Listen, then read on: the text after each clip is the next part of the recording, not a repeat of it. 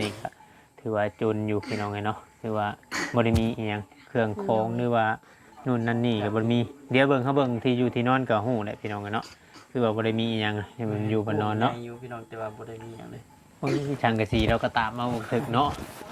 ตามหรือว่าอันนั้นนี่ผ้ากระจกกระจะเราขังเอานี่มันบ่พอก็เอาผ้าตกกระตังขังตื่มซื่อพี่น้องไงเนาะทำที่เฮาเห็น แล้วบ่ยังยังอยู่โดยเอ้ามาไว้อยู่บ่ บ่ได้มาซ้ำลืมอีกแล้ว ลืมมาเขา สิได้บ่ได้กินข้าวเย็นบ่ โดย อุ่นเอาบ่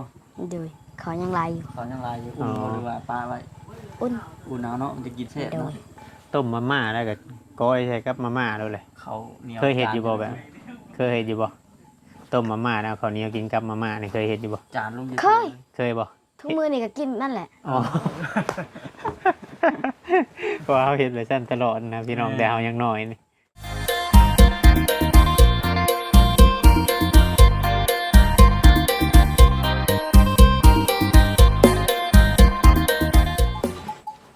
กับสบายดีเนาะพ่อแม่พี่น้อง FC เบิร์ดสุคนเนาะทางฝั่งลาวฝั่งไทย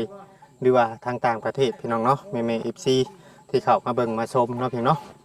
เข้ามาเบิ่งคลิปเบิ่งโฆษณาให้เวียงแต่ต้นจนจบก็ยินดีต้อนรับพี่น้องเนาะ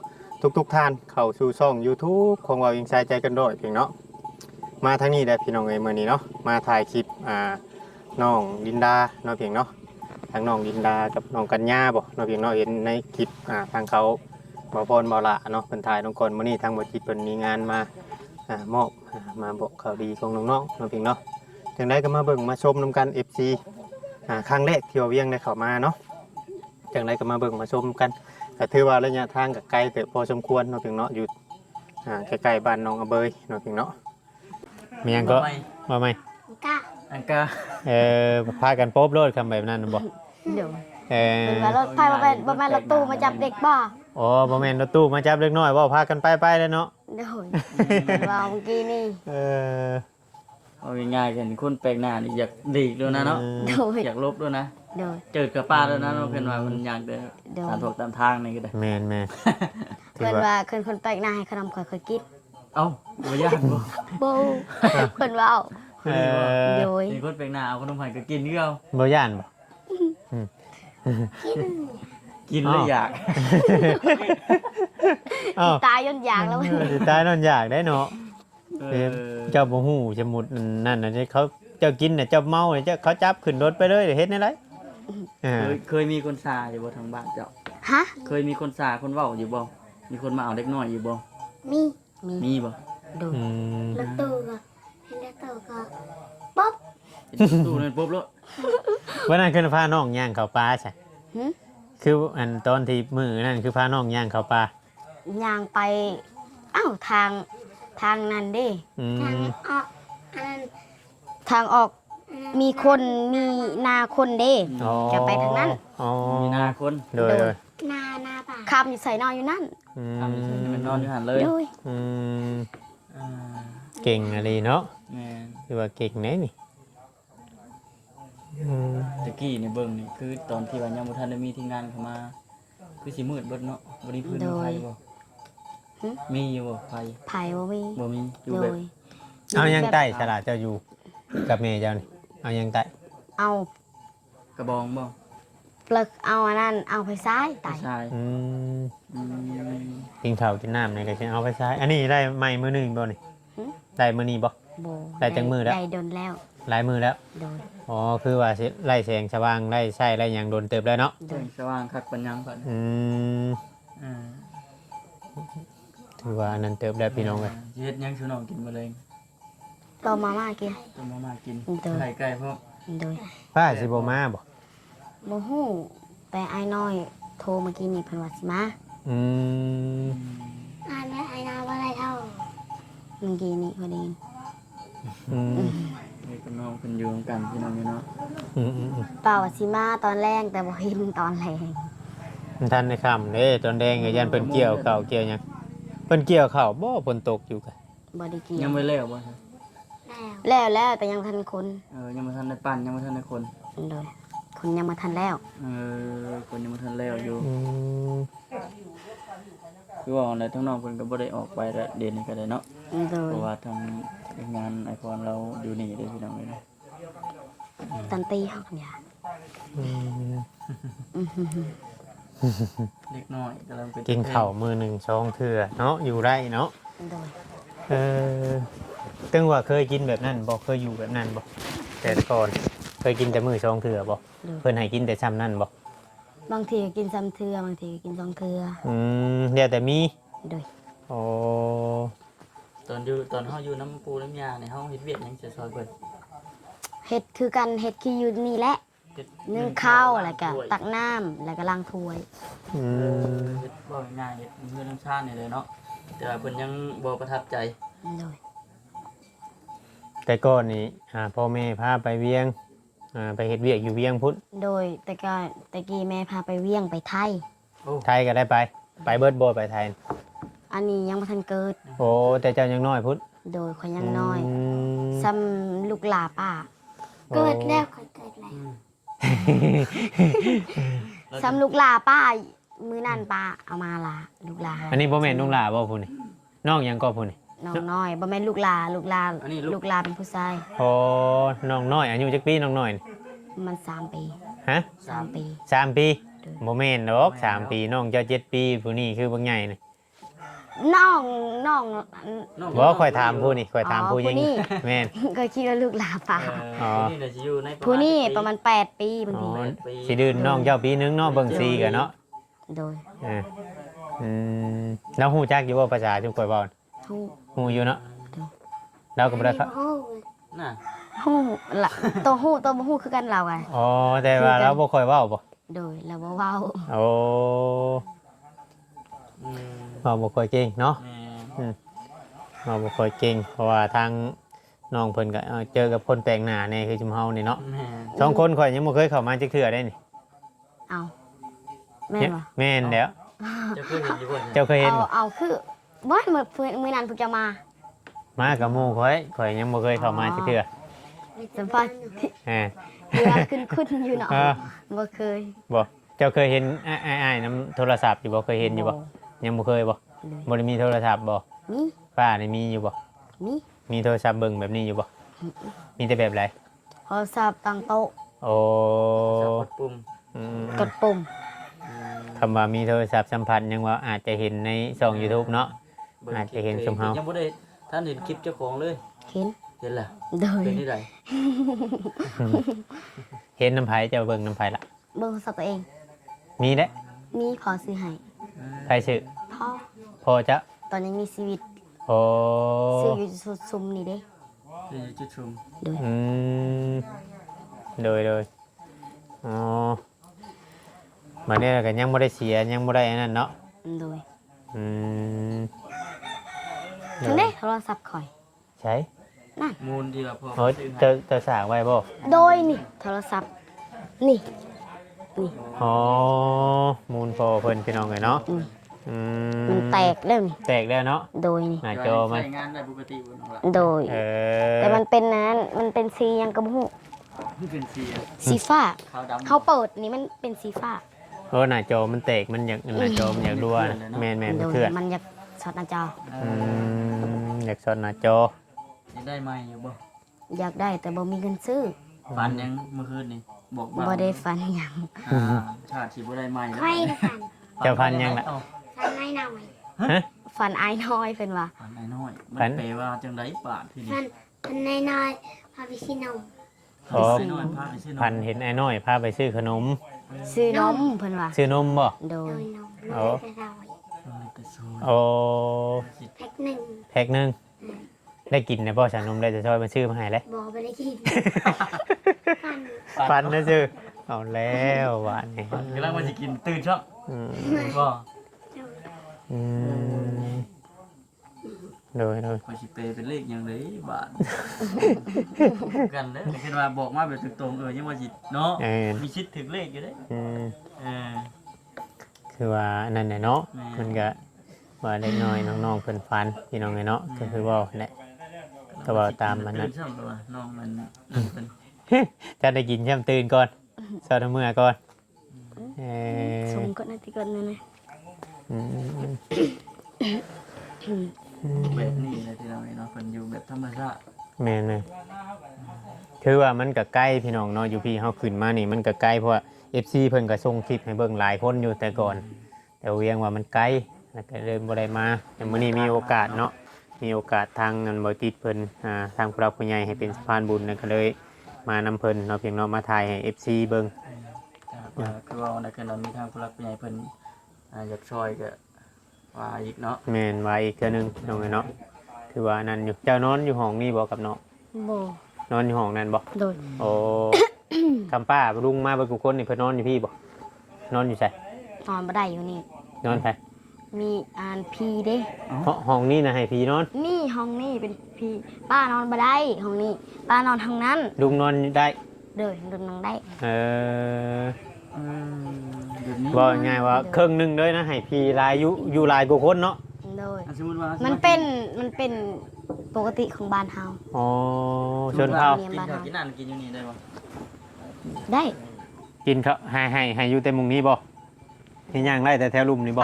ป้าย่างไรไปพุ่นแต่ป้าขึ้นอยู่พี่บ่ได้ขึ้นอยู่พี่บ่ได้ ขึ้นไปเทิงพุ่นน่ะบ่ได้ โดย ถ้าว่าอยู่ไป พวก นี่ เฮาอยู่ได้ อ๋อชุมเจ้านี่อยู่ได้ โดย อ๋อ แต่ป้าอยู่บ่ บ่ ได้ ง่ายว่าไผ่ไผ่นี่อยู่บ่ได้ มันเป็นชนเผ่าบูดู มัน อยา เป็ ก นพี แบบ บ้านเฮา ครับ อืม เบิดทุกครอบครัวเนาะ โดยมันครอบครัว บ้านนี่นะพี่น้อยเนาะ มั บ้าน น มี นี้ ครอบครัว ทุกครอบครัวนี่แหละ ทุกครอบครัวพี่น้องเลยเนาะ โดย ทางเงิน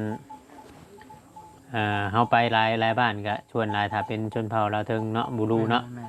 มันจะเป็นแบบนี้ ขายกินกันแบบนี้ เพราะว่าเพิ่นสิให้อยู่กลางเฮือนเลยเพิ่นสิบอกไปว่าอยู่เจอยู่หยังคือบ้าน น้อ เฮาง น้องลอยเด้ อยู่กลางเฮือนเลยนั่น กลางเรือนเลย ปันห้องคนเคิงเลย แบบนี้เลย แบบนี้เลย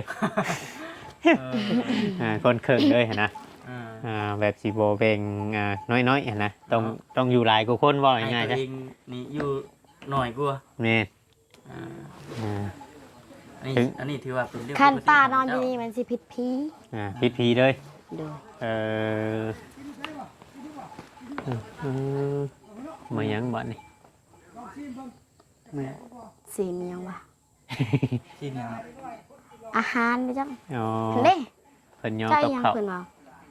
ลองซีเมอร์ยัง เพิ่นย่อกับข้าว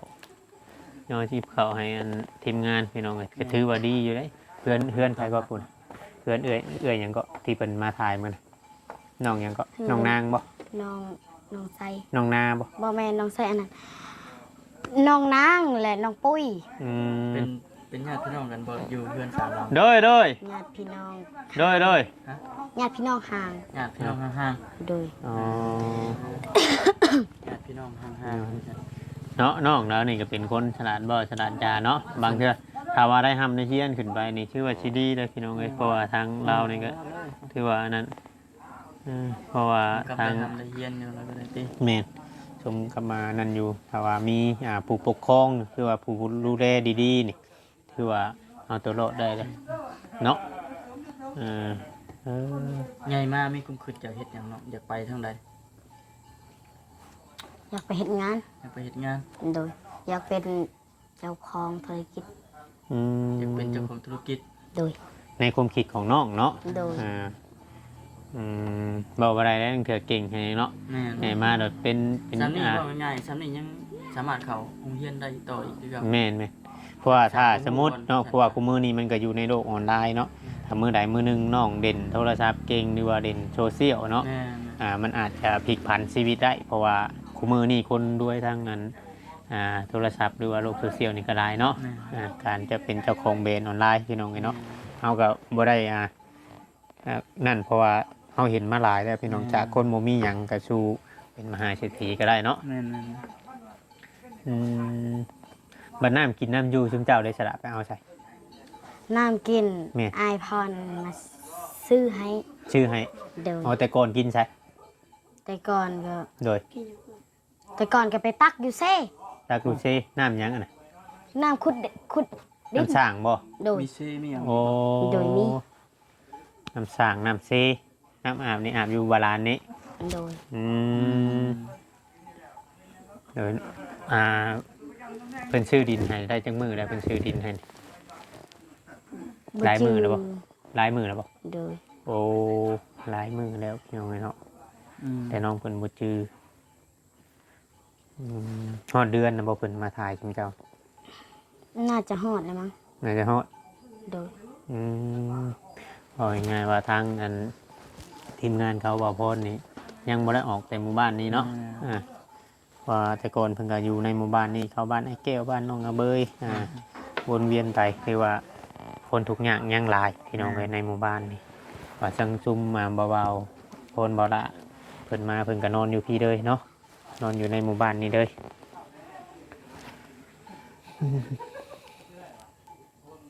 เป็นอะไรกลัวหมู่ซื้อเห็นคนเข้ามาหลาย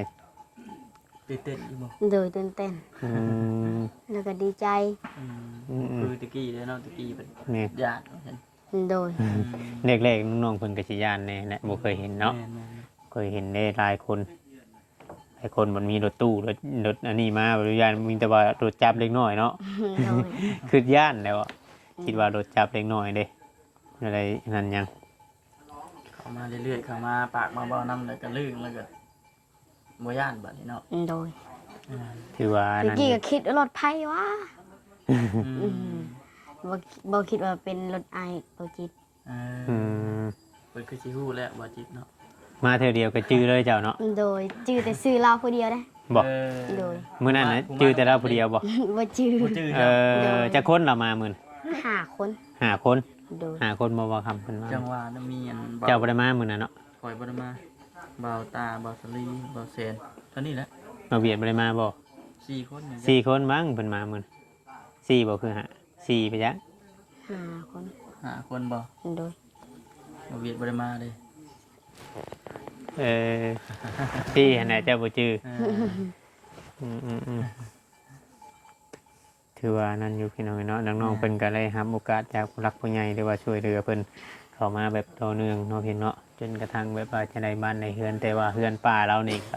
ถือว่าจนอยู่พี่น้องเนาะถือว่าบ่ได้มีอีหยังเครื่องของหรือว่า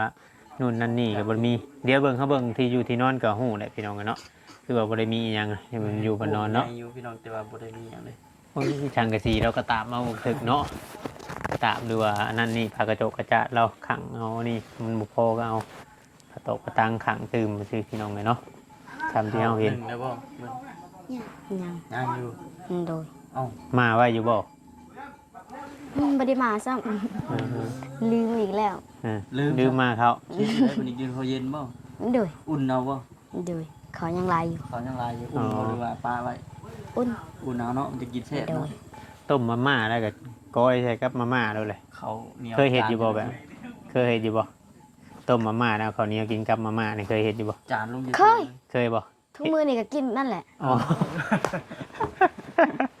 เพราะว่าเขาเห็นแบบนั้นตลอดนะพี่น้องแต่เขายังน้อยนี่เวลาต้มมาม่ามันห่อในกระจกข้าวเหนียวใส่แล้วโอ้ยกินคักคือหยัง ตักเนาะหมอน ตัก คอ ใส่ แบบนั้น แมนตักใส่รถ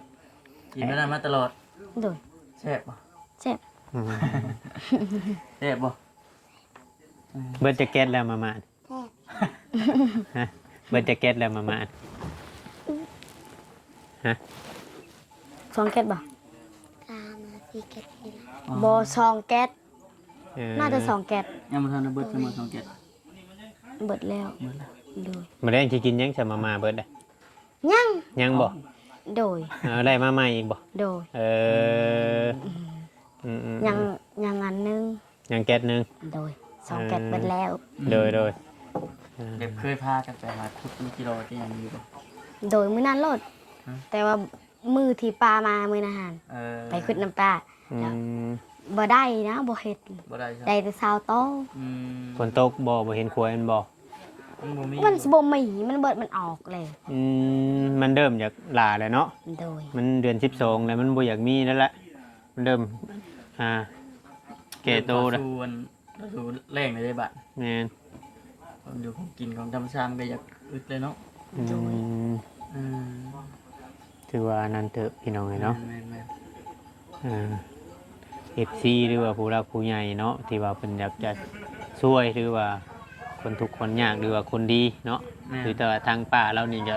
สมควรเด้เท่าที่เฮาเบิ่งเฮือนเด้ อืม สมควรเด้เฮือนก็สิประมาณเฮือนน้องดอยอันเฮือนเก่าเพิ่นน่ะ เนี่ย แต่ว่า เฮือนปะมันสิเที่ยงเฮือนน้องดอยตะกี้มันบัดเซเนาะถือว่าบ่ได้มีอีหยังพี่น้องเอ้ยเนาะถือว่าอันนั้นอยู่บ่ได้มีอีหยังหรอกมื้อนี้ก็เอามากับทีมงานเนาะบ่ฮู้ว่าเพิ่นสิแจ้งข่าวดีหยังพี่น้องเอ้ยเนาะเพราะว่าเพิ่นว่ามีข่าวดีมาแจ้งทางน้องๆอยู่เฮาก็บ่ฮู้ว่าเพิ่นสินั่นแล้วก็สิให้ทีมงานขึ้นมาโตแล้วบัดเนาะบ่ครับเนาะ เจ้าคิดแล้ว ให้อ้ายเพิ่นขึ้นมาโตเพราะว่า จะมีของดีไปจักมาหมอบรอรุ่นรอเบิ่งเด้อ เอาเบิ่งเนาะ ทางบ้านก็บ่พาบอกนะยัน ว่าสิสลับขึ้นมาเพราะว่าคำเฮาสิขึ้นมาพร้อมกันน่ะบางเทื่อมันอาจจะโอนเนาะเสียงมันอาจสิเสียบซ้อนกันหั้นนะหลายคนน่ะเว้าผู้หนึงเว้าไปแบบหนึงผู้หนึงเว้าไปแบบหนึงหั้นนะพี่น้องอันนี้ก็คำแต่ไปได้บ่คำเลยก็หาสิ เมื่อนี่ก็ เพื่อฮอดผู้หนูตีหนึ่งตีสองคือเว้านะเด็กเพื่อ ใจ สิ เนาะ เจอสิไปนอนใช่มั้ยจัก ฮะ อันนี้ ว่าเพื่อเจอสิไปรับไปนอน เพราะว่าคำได้ขึ้นมาพี่นี้มันเด็กอยู่แล้วคำเพื่อมาขึ้น โดย แล้วก็เดินทางเมื่อคืน จังใดก็เป็นกำลังใจให้น้องเนาะพบพ่อกับผู้หลักผู้ใหญ่หรือว่าสิ่งดีๆเนาะ แม่น เข้ามาเติมเต็มในชีวิตหลังจากที่ว่าเฮาได้สูญเสียพ่อแม่ไปแล้วก็มาพ่อกับสิ่งดีๆหรือว่าผู้หลักผู้ใหญ่ผู้เพิ่นจะคอยซัพพอร์ตหรือว่าคอยสนับสนุนทางครอบครัวน้องเนาะก็ขอให้เฮือนชันนั้นเป็นเดี่ยวเด้อล่ะเด้อ โดย เดี๋ยวเฮาสิถามทางเขาบ่พออีกทีหนึงเนาะ แม่น ว่าเพิ่นขาดเดือนหยังแน่พี่น้องบางเทื่อบางทีมีผู้หลักผู้ใหญ่เพิ่นสมทบพี่น้องเนาะจังใดก็อยู่ดีมีแห้งละสบายดี ส น้อง บาย เนาะ ดี โดย พี่น้องเลยเนาะคือว่าเติบหนึงพี่น้องเลยทางเฮือนป้าแล้วกับพุ่นน่ะคือว่าอยู่นี่เนาะเท่าที่เฮาเบิ่งเนาะพี่น้องเนาะเฮือนซานนั้นเป็นบ่ได้อันนั้นได้ดอกพี่น้องเนาะแต่ว่าเราก็ยังรับหลานเรามาเลี้ยงเนาะพี่น้องเนาะสังกะสกกะสีก็ขาดไปแล้วพี่น้องเนาะจังไดก็เบิ่งชมนำกัน FC หักเพลงเบิดสุขุสุคนเนาะพี่น้องเนาะเข้ามาแล้วก็อย่าลืมกดไลค์กดแชร์พี่น้องเลยเนาะเพราะว่าเพิ่นก็แนะนำให้เฮาเข้ามาเรื่อยอยู่แต่ว่ามันไกลแฮงเลยพี่น้อง มื้อนี้ถ้าว่ากลับลงไปนี่ก็ทางบ้านเฮานี่ก็สิประมาณตี 1ตี 2พุ่นมาจากพี่น้องเนาะหนทางกับฝนตกอีกมื้อนี้ยากเนาะเพียงเนาะถ้าบ่มีรถใหญ่มากันหลายคนให้ขี่รถจักรมาผู้เดียวนี่บ่เวียงบ่อยากกล้าพุ่นให้พี่น้องเนาะแต่ว่าคำมาก็ต้องมีทีมงานเข้ามาพี่น้องเอ้ยผิดพลาดก็ต้องกราบขอโทษขออภัยเด้อพ่อแม่พี่น้องเนาะมาถ่ายคลิปน้องลินดาพี่น้องเอ้ยเนาะสำหรับคลิปนี้ก็สิลาไปก่อนพี่น้องเอ้ยจังได๋ก็อยู่ดีมีแฮงบ่จุกุทุกคนเนาะขอกล่าวคำว่าสบายดีพี่น้องเนาะ